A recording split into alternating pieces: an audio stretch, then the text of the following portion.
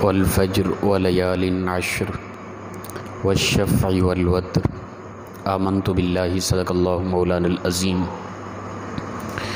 معزز و مکرم سامعین، کروڑا بار شکر ہے اس پروردگار عالم کا کہ جس نے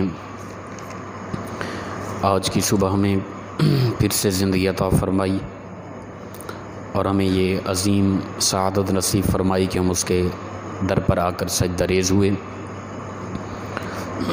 اللہ تعالیٰ ارشاد فرماتا ہے والفجر، قسم ہے صبح کی۔ اس سے مراد ہر طلوع ہونے والی صبح ہے، اور بعض نے اس سے مراد خاص صبح لی ہے۔ مثال کے طور پہ رمضان المبارک کی کچھ خاص دن ہیں، ان کی صبح ہیں، یا ذی الحج یا محرم الحرام کی، اور بعض مفسرین نے اس سے ہر صبح مراد لی ہے۔ واللیل ولیال عشر، اور فرمایا کہ قسم ہے 10 راتوں کی۔ اس سے مراد رمضان المبارک کی آخری عشرہ ہے، اور اس سے مراد اپنا محرم الحرام کے 10 دن ہیں، 10 راتیں ہیں، اور اسی طرح ذی الحجہ کے بنیادی 10 راتیں مراد ہیں۔ اس سے ان کی خاص فضیلت ہے، ان کی قسم اٹھائی گئی۔ اور والشفع والوتر، اور جفت اور طاق کی قسم، اس سے مراد بعض مفسرین نے کچھ راتیں لی ہیں، طاق ہیں، کچھ جفت ہیں، اور جو اس سے زیادہ دلچسپ بات ہے وہ یہ کہ والشفع سے مراد یعنی جفت سے مراد مخلوق ہے، اور طاق سے مراد خالق ہے۔ یعنی مخلوق جتنے بھی ہیں اللہ تعالیٰ کی، وہ جوڑا جوڑا ہیں، دو دو ہی ہے، اور وہ خالق ذات و صفات میں یکتا ہے، تنہا تنہا اکیلا ہے۔ یہ پنکھے کی آواز آ رہی ہے، اسے تھوڑا سلو کر دیں پنکھا اگر ہو سکے تو۔ ادھر سے ہی ہوگا، پنکھا ایسا کر دیں تھوڑا سا۔ واللیل اذا یسر، اور فرمایا کہ قسم ہے رات کی کہ جب وہ چلے، یعنی رات جب چلتی ہے یا رات گزرتی ہے، اس کی قسم۔ هل فی ذلک قسم لذی حجر، فرمایا کہ کیا ان میں عقل والوں لوگوں کے لیے کیا یہ قسمیں نہیں ہیں؟ یقیناً ان باتوں میں یہ قسمیں کافی ہیں عقل مند لوگوں کے لیے۔ ان قسموں کی بنیادی وجہ یہ ہے کہ ابتدا کے اندر قریش مکہ خاص طور پہ انہوں نے آخرت کا انکار کیا، مرنے کے بعد کیسے اٹھیں گے۔ پروردگار نے یہ 5 چیزوں کی قسمیں اٹھائی۔ فرمایا دیکھو کہ رات ہوتی ہے، اندھیرے ختم ہو جاتے ہیں، اجالے پھوٹتے ہیں، یہ روزانہ تبدیلی آتی ہے، رات دن کا بدلنا، رات کا آنا جانا، خالق و مخلوق کا، اور یہ ساری معاملات ان میں تم غور نہیں کرتے۔ یہ ساری تبدیلیاں اس پروردگار کی طرف سے ہیں۔ جب یہ تبدیلیاں ممکن ہیں تو انسان نہیں تھا، اس نے پیدا کیا، پھر مارے گا، مرنے کے بعد انسان کو دوبارہ اٹھانا کس طرح مشکل ہے۔ آگے فرمایا کہ الم تر کیف فعل ربک بعاد، اے پیارے محبوب صلی اللہ علیہ وسلم، کیا آپ نے نہ دیکھا کہ آپ کے رب نے قوم عاد کے ساتھ کیا حال کیا؟ قوم عاد کو پر جو اللہ کا عذاب برسا، تو کیا آپ نے نہ دیکھا کہ قوم عاد کے ساتھ تیرے رب نے کیا حال کیا؟ ارم ذات العماد، قوم عاد، ارم یعنی ایک بڑا خاص قبیلہ تھا قوم عاد کے اندر، سردار قبیلہ تھا جو بڑی بڑی عمارتیں رکھتا تھا، بڑی بڑی عمارات تھی، امیر قبیلہ تھا۔ خاص طور پہ اس قبیلے کی گرفت ہوئی عذاب کے معاملے کے اندر، اور وہ قبیلہ غرور و تکبر میں بہت آگے تھا، اور ان کے گناہوں کی وجہ سے پروردگار نے ان کی پکڑ کی۔ التی لم یخلق مثلها فی البلاد، اور فرمایا کہ وہ ایسے تھے کہ ان کی مثل شہر میں، اس ملک میں، اس دور میں کہیں کوئی پیدا نہیں کیا گیا تھا۔ وہ قوم عاد بڑے جنگجو تھے، لمبے قد تھے ان کے، خوبصورت تھے، بڑی بڑی عمارات تھی ان کے پاس، طاقتور تھے وہ۔ ان کی مثل اس دور میں ملکوں کے اندر کوئی قوم پیدا نہیں کی گئی تھی، اور انہیں تکبر تھا، غرور تھا، اور وہ اللہ کے احکام کی نافرمانی پر اتار آئے۔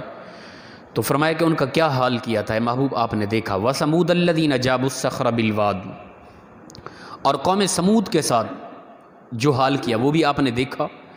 کہ قوم سمود وہ لوگ جو بڑی بڑی چٹانوں کو تراش کر عمارتیں بناتے تھے، گھر بناتے تھے خوبصورت، اس قوم کے ساتھ تیرے رب نے کیا کیا وہ آپ نے دیکھا۔ اور فرعون ذی الاوتاد، اور فرعون میخوں والا جو تھا، سزا دیتا تھا، میخیں ٹھونکتا تھا لوگوں کے ہاں سزا دینے کے طور پہ، اتنا سنگین قسم کا آدمی تھا، سخت آدمی تھا۔ تیرے رب نے اس کے ساتھ کیا حشر کیا؟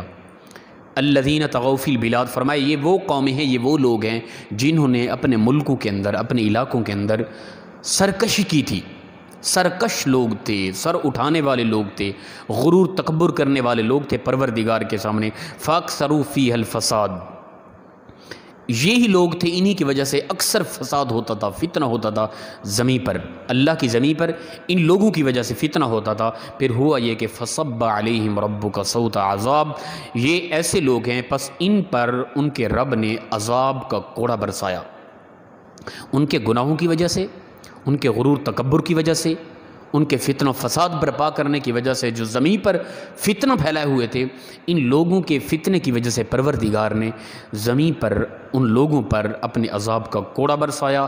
فصب علیہم ربک صوت عذاب ان ربک لبالمرصاد، بے شک فرمایا کہ تمہارا رب دھاک میں ہے، وہ دیکھ رہا ہے، وہ توجہ کر رہا ہے، کون بندہ کب تک باز آ رہا ہے، یا کون بندہ کس طرح کی حرکت کر رہا ہے، اس کی حرکت کے مطابق پروردگار پھر عذاب مسلط کرتا ہے۔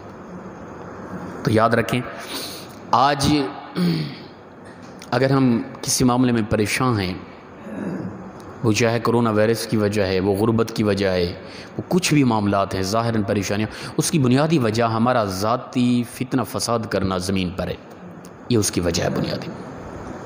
ہم نے گناہ کیے، ہم نے نمازیں چھوڑی، ہم نے شرابیں پی، ہم نے زنا کیے، بدفعلیاں کی، بد کرداریاں کی، بد اخلاق کی، ہمارا انداز زندگی بگڑ گیا۔ جب ہم نے اپنے انداز زندگی کو خراب کیا، معاشرہ خراب ہوا، تو پروردگار کی طرف سے پھر بھوک پیاس کی شدت، پریشانیاں، وائرس، عجیب بیماریاں، مشکلات، یہ اللہ کی طرف سے ایک عذاب ہے، اس کا یہ کوڑا برسائے پوری انسانیت پر، کہ اس پروردگار کی جب نافرمانی پر قوم اتر آتی ہے نا، پھر پروردگار اس طرح کے معاملات قوم کے ساتھ کرتا ہے۔ اس کی بنیادی آنے والے عذاب کی بنیادی وجہ ہمارے گناہ ہوتے ہیں، اور اس کا حل کیا ہے؟ اس کا حل توبہ استغفار ہے، جو ہم نہیں کر رہے، بالکل بقی احتیاط ہے، توبہ استغفار نہیں کر رہے، نہ گناہ سے باز آ رہے ہیں، نہ توبہ استغفار کر رہے ہیں۔ جس طرح کہ آپ نے روایت سنی، حضرت امام حسن بصری رضی اللہ تعالیٰ عنہ کے پاس کچھ لوگ آئے، انہوں نے آ کے کہا حضرت ہمارے علاقے کے اندر قحط پڑ گیا، پریشان حال ہے، کیا کریں؟ آپ نے فرمایا جا کے علاقے کے اندر یہ اعلان کر دو کہ تمام علاقے والے پچھلے جو گناہ کر چکے ہو ان گناہوں سے باز آ جاؤ اور آئندہ کے لیے توبہ استغفار کرو، اللہ تعالیٰ قحط سالی کو دور کر دے گا۔ اور لوگ آئے، انہوں نے کہا حضرت ہمارے علاقے کے اندر بیماری پیدا ہو گئی ہے، کیا کریں؟ فرمایا کہ جا کے علاقے کے اندر اعلان کر دو کہ گناہوں سے باز آ جاؤ، توبہ استغفار کرو، پروردگار بیماری دور کر دے گا۔ وہ چلے گئے۔ اور لوگ آئے، انہوں نے کہا حضرت ہمارے علاقے کے اندر بیٹے پیدا نہیں ہو رہے کئی عرصے سے، بچیاں پیدا ہو رہی ہے، تو ایک مسئلہ ہے، نظام معاشرے کا باہر کا سارے معاملات مرد کے ذریعے چلتے ہیں، پریشان حال ہیں، کیا کریں؟